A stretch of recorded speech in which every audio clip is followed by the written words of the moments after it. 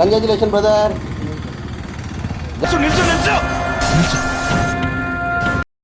ಮರಿದ ಹಾಗೆ ಸಬ್ಸ್ಕ್ರೈಬ್ ಮಾಡಿ, ಹಾಗೆ ಪಕ್ಕದಲ್ಲಿರೋ ಬೆಲ್ ಐಕಾನ್ ಅನ್ನು ಕ್ಲಿಕ್ ಮಾಡಿ.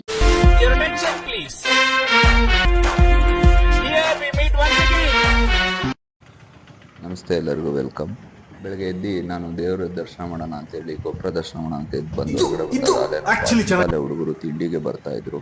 ಹೌದು ಅಂತೇಳಿ ಟೈಮ್ ಆಗಿದೆ ಅಂತೇಳಿ ನಾನು ಟಕ್ ಅಂತ ಇಳ್ದು ಜಿಮ್ಗೆ ಮತ್ತೆ ತೋಟಕ್ಕೆ ಟಿಫಿನ್ ಕೇರಿ ತಗೊಂಡು ನೀರು ಖಾಲಿ ಆಗಿತ್ತು, ನೀರು ಎತ್ಕೊಂಡು ಹೋಗೋಣ ಅಂತೇಳಿ ನೀರು ತುಂಬಿಸ್ಕೊಂಡು ತೋಟಕ್ಕೆ ಹೊರಡ್ತಿದ್ದಂಗೆ ಹೋಗಿ ನನ್ನ ದಿನನಿತ್ಯ ಕೆಲಸಗಳನ್ನೆಲ್ಲ ಮುಗಿಸಿ ನಾನು ಬರೆದಿದ್ದ ಡಯಾಗ್ರಾಮ್ ನೋಡಿ ಹೆಂಗಿದೆ ಅಂತ ಹಂಗೆ ಒಂದು ಕಮೆಂಟ್ ಹಾಕಿ ನೋಡೋಣ, ಚೆನ್ನಾಗಿ ಬರ್ದಿದ್ದೀನೋ ಇಲ್ವೋ ಅಂತ. ಇನ್ನೇನಾದ್ರು ಆಲ್ಟ್ರೇಷನ್ ಮಾಡಬೇಕು ಅಂದರೆ ಮಾಡೋಣ. ನೀವೇನು ಕಮೆಂಟ್ ಮಾಡ್ತೀರೋ ಅದ್ರ ಮೇಲೆ ಬೇಸಿಕ್ ಆಗಿ ಮಾಡ್ತೀನಿ. ಮರಿದಾಗೆ ಲೈಕು ಶೇರು ಕಮೆಂಟು ಮಾಡಿ. ಅಲ್ಲಿಂದ ಹೊರಡ್ತಿದ್ದಂಗೆ ನಮ್ಮ ಹಸು ಹಿಡ್ಕೊಂಡು ಸೀದಾ ತೊಗೊಂಡು ಹೋಗ್ಬಿಟ್ಟು ಹುಲ್ಲಿರೋ ಕಡೆ, ಅಂದರೆ ಈಗೇನು ಮಳೆಗಾಲ ಎಲ್ಲ ಕಡೆ ಹುಲ್ಲು ಬೆಳೆದೈತೆ, ಹುಲ್ಲೇನು ಹುಡುಕ್ಲೇಬೇಕಾಗಿಲ್ಲ. ಹುಲ್ಲು ಹುಡುಕ್ತಾ ನೋಡ್ತೀನಿ ತೆಂಗಿನ ಮರಗಳಿಗೆಲ್ಲ ರೋಗ ಬಂದ್ಬಿಟ್ಟಿತ್ತು. ಇದನ್ನು ನಿಮ್ಮ ಹತ್ರ ಆಗಲೇ ಕೇಳಬೇಕಿತ್ತು.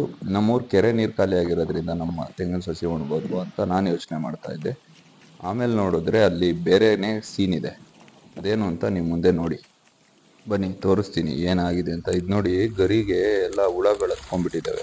ಅದು ಕಂಪ್ಲೀಟ್ ಗರಿ ಇನ್ನರ್ ಲೇಯರ್ ಪೋರ್ಷನ್ನ ಫುಲ್ಲು ನೀಟಾಗಿ ಹುಳ ಎಲ್ಲ ತಿನ್ಕೊಂಡ್ಬಿಟ್ಟು ಇದು ಕೆಳಗೆ ಬಿದ್ದು ಎಲ್ಲ ಸುಮಾರು ದಿನ ಆಗಿದೆ. ಇದು ಗೆದ್ಲು ತಿನ್ಬಿಟ್ಟಿದೆ. ನಿಮಗೆ ಬೇರೆದನ್ನು ತೋರಿಸ್ತೀನಿ, ಹುಡುಕ್ತಾ ಇದ್ದೀನಿ. ಗೂಡು ಹುಳ ಎಲ್ಲ ಕಂಪ್ಲೀಟಾಗಿ ಸಿಕ್ಕಿದೆ. ನಾನು ನಿಮಗೆ ಇದ್ರಲ್ಲಿ ತೋರಿಸ್ತೀನಿ ನೋಡಿ. ದಯವಿಟ್ಟು ಕಮೆಂಟ್ ಮಾಡಿ ಇದಕ್ಕೇನು ಪರಿಹಾರ ಅಂತ. ನನಗಂತೂ ನಮ್ಮ ತೋಟದಲ್ಲಿ, ನಮ್ಮ ಸುತ್ತಮುತ್ತ ಇರೋ ತೋಟಕ್ಕೆಲ್ಲ ಈ ರೋಗ ಹರಡ್ಕೊಂಡ್ಬಿಟ್ಟಿದೆ. ಏನು ಪರಿಹಾರ ಅಂತ ಗೊತ್ತಿಲ್ಲ. ಬರೀ ಹುಳಿ ಗರಿ ಮಾತ್ರ ಬಿಟ್ಟು ಇನ್ನು ಮಿಕ್ಕಿದೆಲ್ಲ ಒಣಗಿಬಿಟ್ಟಿದೆ. ನೋಡಿ, ಈ ಥರ ಗೂಡು ಕಟ್ಟಿದೆ. ಇದು ಒಳ್ಳೆ ಸೇಮ್ ಈ ಜೇಡದ ಗೂಡು ಥರ ಇದೆ.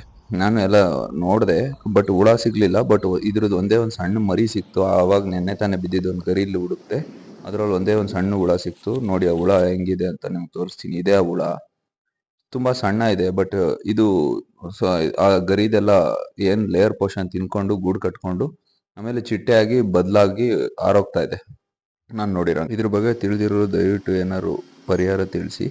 ನನಗೂ ಟೈಮ್ ಆಯಿತು ಅಂತೇಳಿ ಇವತ್ತೊಂಚೂರು ಕುಣಿಗಲ್ ಗಾಡಿ ಸರ್ವಿಸ್ಗೆ ಬಿಡಬೇಕಿತ್ತು. ಕುಣಿಗಲ್ಗೆ ಹೋಗೋಣ ಅಂತ ಪ್ಲ್ಯಾನ್ ಮಾಡ್ಕೊಂಡು ಗಾಡಿ ಎತ್ಕೊಂಡು ಹೊರಟೆ. ಮುಂಚೆ ರೆಗ್ಯುಲರ್ ಆಗಿ ನಮ್ಮ ದೇವ್ರ ದರ್ಶನ ಮಾಡ್ಕೊಂಡು ಹೊರಡ್ತಿದ್ದಂಗೆ ನೆಕ್ಸ್ಟ್ ಕಂಗ್ರ್ಯಾಚುಲೇಷನ್ ಬ್ರದರ್. ಇವನೇನ್ ಮಾಡ್ತಾ ಇದೆ ಅಂತ ನೀವು ಯೋಚಿಸ್ತಿರ್ತೀರ. ಇವ್ರದ್ದು ಶ್ರೀ ಸಿದ್ಧಲಿಂಗೇಶ್ವರ ಹೋಲ್ಸೇಲ್ ಡಿಸ್ಟ್ರಿಬ್ಯೂಷನ್ ಇದೆ. ಪನ್ನೀರು, ಬೇಬಿಕಾನು, ಮಶ್ರೂಮು ಎಲ್ಲ ಸಿಗ್ತವೆ. ಇವ್ರ ಹೆಸರು ಪ್ರಜ್ವಲ್ ಅಂತೇಳಿ. ಕಾಂಟ್ಯಾಕ್ಟ್ ನಂಬರ್ ಮೆನ್ಷನ್ ಮಾಡಿದ್ದೀನಿ, ಚೆಕ್ಔಟ್ ಮಾಡಿ ಅಂತೇಳಿ ನಾನು ಕುಣಿಗಲ್ಗೆ ಹೊರಡ್ತಿದ್ದಂಗೆ ನಮ್ಮ ವರುಣ್ ನನ್ನ ಬೈಕ್ ಎತ್ಕೊಂಡು ಬಂದ.